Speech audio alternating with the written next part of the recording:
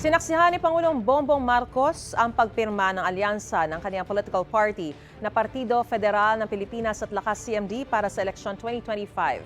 Si House Speaker Martin Romualdez ang pumirma para sa Lakas CMD at si South Cotabato Governor Reynaldo Tamayo Jr. naman para sa PFP. Ayon kay Romualdez, magpapatakbo ng kumpletong senatorial slate sa 2025 ang kanilang alyansa.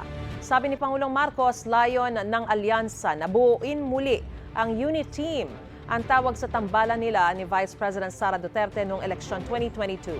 Dating chairperson ng Lakas CMD ang bise bago siya kumalas sa partido noong 2023. Bubuhin uli natin at formalize uli natin ang unit team para naman pagka humaharap tayo sa ating mga kinabukasan, malalaman natin na tayo ay sabay-sabay, na nagtutulungan, tayo ay sabay-sabay, na kabalikat sa ating layunin na pagandahin ang Pilipinas, pagandahin ang buhay ng bawat Pilipino.